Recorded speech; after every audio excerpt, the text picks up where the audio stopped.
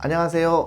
루미모 강원장입니다. 오늘은 여러분이 드시는 탈모 약들을 여러 종류 드시고 계시는데 그것에 대해서 작용과 부작용, 어떻게 먹어야 되는지 다양한 방법으로 약에 대해서 접근을 해보겠습니다. 오늘 저희가 말씀드릴 먹는 약은 5알파 리덕테이즈라고 알려져 있는 프로페시아 아보다트에 관해서 말씀드리는 겁니다. 이 약들이 특징적인 것이 남성 호르몬에서 남성 호르몬을 T라고 표현하면 남성 호르몬이 변형된 디하이드로 테스토스테론 즉 DHT로 변형되는 것을 막아주는 약이거든요. 막아주는 방법에 따라서 뭐 타입 1이냐 뭐 또 타입 1, 2냐 뭐 타입 1, 2, 3냐가 나눠지게 되는데 그래서 약이 이렇게 뭐 프로페시아 아보다트 이렇게 나눠지게 되는 겁니다. 약들의 효과는 거의 비슷하고요. 어떤 분들은 뭐 이 약은 어디 특징적이다, 이 약은 어디 특징적이다 말씀드리는데 그런 건 정도까지는 아니에요. 한 4촌 정도 된다고 생각하시면 되겠습니다. 탈모약 먹으면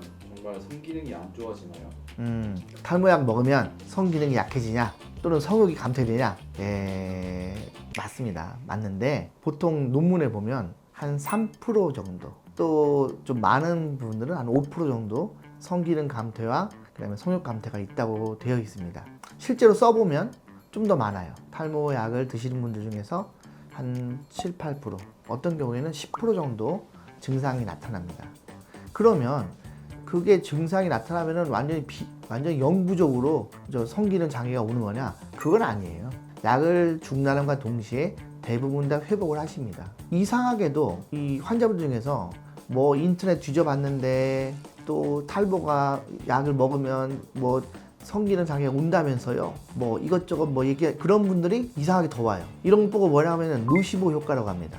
의사가 약을 처방하면서 부작용을 자세하게 설명할 경우에 오히려 더 부작용이 많이 나타나는 효과죠. 그래서 자꾸 부작용을 많이 노출시키고 하고 인터넷에서 안 좋은 내용을 많이 읽은 사람들은 이상하게도 더 증상이 나타납니다. 어찌 보면 좀 부담감이라든지 두려움이 있으신 것 같아요. 그런데 아까 말씀드린 것처럼 이 약은 전 세계 남자들이 다 먹고 있는 약이고요. 그 부작용에 대해서는 일부가 있지만 약을 중단함과 동시에 대부분 다 회복이 됩니다. 그리고 이 약을 그냥 지속적으로 계속 먹고 있다 하더라도 부작용이 점점 줄어드는 효과가 있어요. 마치 다이빙 할 때 푹 들어갔을 때 깊숙하게 들어갔다가 다시 올라오면서 수면으로 올라오게 되잖아요. 마치 그런 거죠. 그래서 증상이 나타났는데 약을 그냥 계속 먹었는데 시간이 지나면서 어느 순간에는 그냥 문제가 없는 경우가 많습니다. 그래서 처음에 증상이 나타났다고 그렇게 겁먹을 정도는 아니에요. 또 이런 증상이 있을 때 우리가 보통 뭐 비아그라라든지 시알리스 뭐 여러 종 약들이 좀 있잖아요. 겁이 너무 많은 환자들 경우에는 같이 제가 처방하는 경우도 있어요. 그래서 비상으로 해서 약을 좀 드셔봐라. 그러면은 보통 이제 뭐 일주일에 한 번 정도 그런 약을 드시는 경우가 있는데 많이 회복이 되고 좋아집니다. 그래서 탈모약을 드실 때 너무 겁먹을 필요 없다라고 말씀드린 게 전문가의 의견입니다. 그다음에 탈모약과 같이 복용했을 때 문제가 될 약이 혹시 있을지. 탈모약과 같이 먹었는데 문제가 됐다 그러는 거는 거의 없어요. 이 탈모약의 복용 방법을 설명드리자면 이 약은 식사 후에 먹는 그런 약이 아닙니다. 본인이 식사 전이든 후든 본인이 편한 시간에 먹게 되는 거예요. 그런데 중요한 게 있어요. 뭐냐면 간격을 24시간 간격을 유지해 줘야 돼요. 예를 들면 난 아침에 먹었다. 그럼 다음날도 아침에 먹어야 돼요. 다음날 저녁에 먹었다. 그러면은 약이라는 것이 혈중 레벨이라는 게 중요한데 뒤죽박죽이 되는 거죠. 그래서 본인은 하루에 하나씩 먹었다고 하지만 실제로 탈모에 미치는 영향은 미비할 수밖에 없어요. 그래서 항상 같은 간격을 먹어주는 겁니다.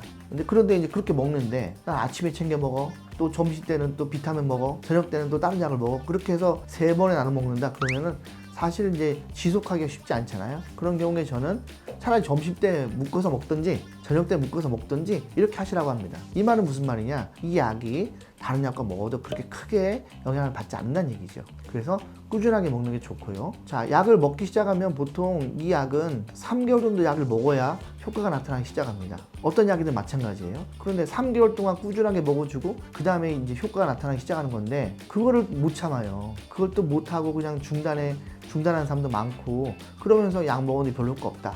그런 경우도 많이 있죠. 어떤 일부 의사들은 약을 죽을 때까지 먹어야 된다. 죽기 전날까지 먹어라. 뭐 이렇게 하시는데 막상 약을 먹어보면 이거 매일매일 먹는 거 쉬운 일 아닙니다. 남자분들이 정말 못하는 거 중에 하나 그게 매일매일 먹는 거거든요. 그래서 그걸 어떻게든 간에 중단시켜 드리고 싶고 그다음에 끊어 드리고 싶은 게 의사 입장인데 우리 병원은 기회를 계속 본다. 약을 끊을 수 있는 기회를 찾아낸다. 그게 제 생각이고 또 저희 병원 원장님들의 공통된 의견이고요. 젊은 사람들이 20대, 30대인데 탈모가 있어서 머리 심었다. 이런 경우에는 약을 뭐 몇 년 동안 이상은 이제 드셔야 되는 거는 기본으로 아실 테고 제가 말씀드린 거는 이제 50대 이후에 그런 남자분들을 말씀드리는 겁니다. 여성분들도 남성형 탈모증 약을 드신 경우가 있어요. 그런 경우는 대개 이제 폐경이 되고 그다음에 탈모되는 경향이 약간 남성형 탈모증으로 가는 경우가 있어요. 그런 경우에 예외적으로 쓰는 경우가 있습니다. 그런데 요즘에 보면 그걸 너무 확대시켜가지고 가임기 여성도 남성형 탈모증 약을 먹이는 경우가 있는데 그런 건 저는 반대합니다. 왜냐하면 여성들도 남성 호르몬이 있어요, 혈중에. 그런데 그게 되게 미비합니다. 그런데 거기에 영향을 주는 약을 먹었다. 그런 경우에는 아무래도 몸에 변화가 생기고 문제가 생길 가능성이 높아지는 거죠. 예를 들면 뭐 임신이라든지 분만이라든지 또는 수유라든지 영향을 미치게 되는 겁니다. 그래서 여성분들의 가임기는 되도록이면 정말 특수한 경우 아니면 쓰지 않습니다. 심지어는 먹는 거는 고사하고 만지지도 못할게 해요. 어쨌든 간에 여성분들이 그 약을 만지는 건 좋지 않다. 먹는 건 더 안 좋다. 아까 그 주기가 중요하다고 말씀하셨잖아요. 네. 그럼 혹시라도 제가 오늘 저녁에 먹고 내일 저녁에 먹는 걸 깜빡했어요. 네. 그런 경우에는 오전에라도 다시 먹고 다시 저녁에 먹는 게 좋은가요? 아니면은 오전에는 그냥 건너뛰고 그 저녁에 다시 먹는 게 좋은 건가요? 네, 참 좋은 질문입니다. 보통 이제 인터벌이 깨졌다. 그런 경우에 내가 어떻게 해야 되냐? 새로 인터벌을 만들어야 되냐? 그래서 뭐 어떤 분들은 다시 아침 먹었으니까 저녁 때 먹던 환자가 아침으로 바꾸고 그렇게 하시는데 이렇게 하루 이틀은 큰 문제 없어요. 그러니까 본인이 가장 편하게 드실 수 있는 시간을 정해서 오랫동안 갈 수 있는 그 시간을 정해서 드시는 게 제일 중요합니다. 그러니까 저녁 때 먹었다가 이제 까먹어가지고 내가 다음날 아침에 먹었으니까 그러니까 그다음부터는 아침에 계속 먹어야 돼. 그 정도까지는 아니고요. 며칠 정도는 문제 없다. 그렇게 답을 드릴게요. 오늘은 탈모약의 부작용에 대해서 또 작용과 부작용에 대해서 말씀드렸습니다. 자, 모발 이식을 할까 말까 고민하시는 분들은 모발 이식이야말로 여러분들에게 정말 행복을 줄 수 있는 그런 수술이라고 생각되니까 너무 주저하지 마시고 또 저희 병원도 찾아오시고 또 저희 병원이 너무 멀면 가까운 데 가서 또 상담하시고 이렇게 해서 좀 더 행복을 찾아가시기 바랍니다. 이상 노미모 강원장이었습니다.